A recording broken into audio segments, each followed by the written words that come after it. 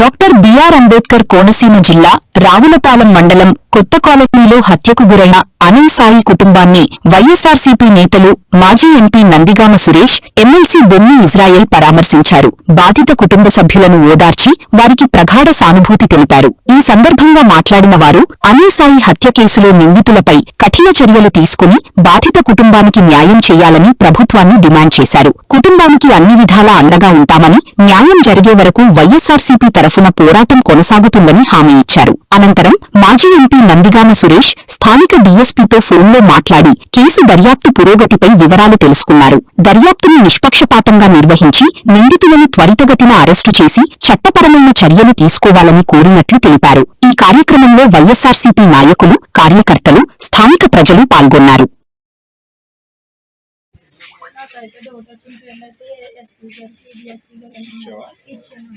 ఎందుకంటే ఆ మనుషుల మీద కొంచెం అనుముందండి, అంతేగాని కావాలని అలాంటి దమ్ములు నా అన్నదమ్ములు అంటోలేదు.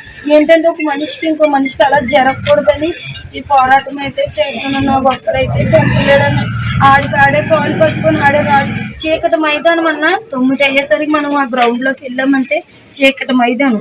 ఒకవేళ వాడిని కొట్టేటప్పుడు లైట్ చూపించాలి.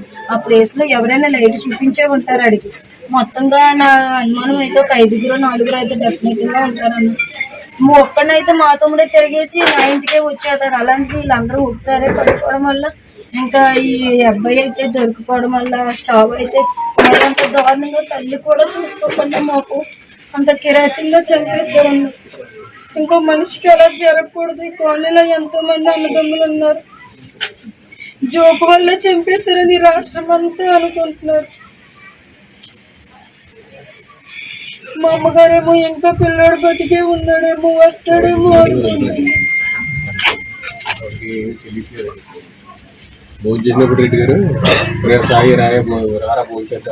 ఎప్పుడు కూడా కూర సాయి చేతాడమ్మా పనికి బ్రెయిన్ లో అలాగా. అవునండి, అవును. కుర్రాడు కూడా చాలా మంచి మనిషిని బాబు. ఇప్పుడు గొడవ మంచి కూడా కాదు. అతను పని చేసుకుంటాడా ఎవరికి ఇది మంచి అబ్బాయి ఎప్పుడు ఎవరైనా అంటాం కానీ ఎప్పుడు చూడపాము. ఇది పనులకి వెళ్తారు, రూపాయలు సంపాదించి కూడా భయపడతారు. ఇప్పుడు కూడా మంచి అబ్బాయి లారీ పని చేస్తాడంటే లారీ డ్రైవర్. ఆ పనికి ఇప్పుడు కూడా మా తమ్ముడితో అంత క్లోజ్ గా నేను గట్ట చూడలేదు.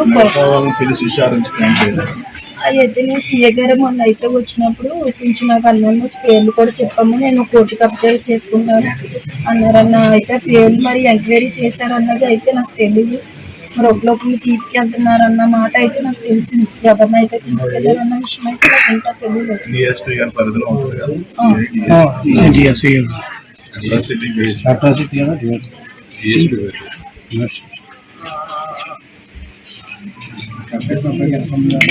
వెనక ముందు అయితే అబ్బాయికి ఎవరు లేదన్నా.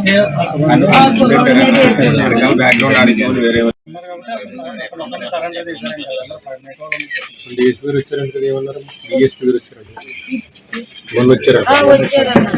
అది అమ్మని నన్ను ఎంతమంది పిల్లలు మీరు ఏంటి అని అన్ని ఎంక్వైరీ చేసుకొని అయితే రాసుకున్నారన్న. మీది తమ్ముడు చనిపోయినట్టు మీకు ఎలా తెలిసింది? ఆదివారం 11 గంటలకల్లా చంపేస్తే ఉదయం మా మాయ చూస్తే మా బాప చెప్తే మా బాప వచ్చి మా అమ్మగారు చెప్తే మా అమ్మ వచ్చి నాకు చెప్పిందన్నమాట. చంపేసింది అక్కడికి ఇక్కడికి 20 అడుగులు తేడా అన్న. మా ఇల్లు అదే, మా తమ్ముడు చంపేస్తున్నారు. కానీ ఇంత మాట కూడా తెలియదు. లోపల వెళ్ళి చూస్తున్నారు నా తమ్ముడిని అక్కడ చంపేస్తారన్న విషయం అయితే నాకు తెలియదు. అయితే కిరాతంగా ప్లాన్ అమ్మ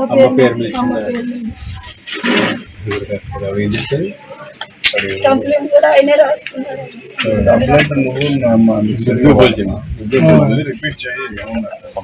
అమ్మగారు ఆరోగ్యించాలేదు కాబట్టి లాయర్ గారిని పెట్టుకొని మాట్లాడి అమ్మగారు కదా ఆవిడ ఏం చెప్తారు? భ్రమలో ఉంది కదండి.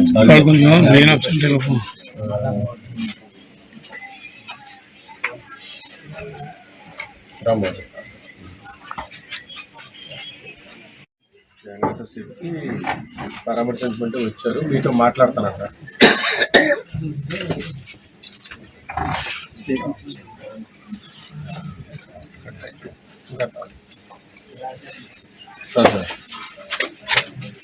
Good afternoon sir. బాగున్నా. ఈ కేసుది ఒకసారి కొంచెం లోతుగా ఆలోచించండి సార్. ఒకసారి ఇక్కడ రాజీ పడద్దు సార్, ఎందుకంటే ఒక ప్రాణం సార్. ఏదైనా ఒక దెబ్బ కొట్టి వదిలేస్తే మనం ఏదైనా అనుకుంటారు కానీ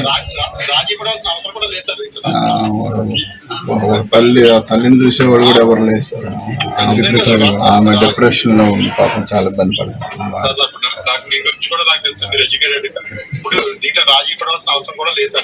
అలాగే సార్, కొంచెం కేర్ తీసుకోండి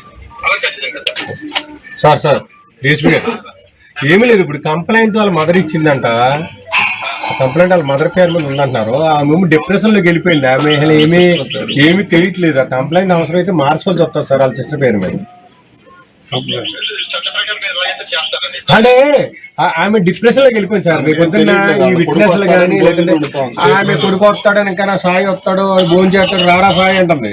ఆవిడ ఏమి చెప్పే పరిస్థితులు లేదు. అవసరమైతే మీరు మార్పు చేసుకోవచ్చు కంప్లైంట్. కొంచెం అది పరిశీలించాలి కంపల్సరీ.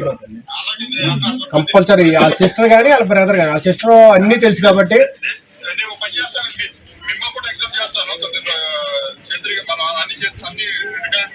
తప్పకుండా మీరు పిలిస్తే నేను ఎనీ టైం వస్తాను. మా ఊళ్ళందరూ ఇక్కడ అందరూ ఉన్నారు, అందరూ వస్తారు. షూర్ సార్, తప్పకుండా. Thank you. అంతే కదా.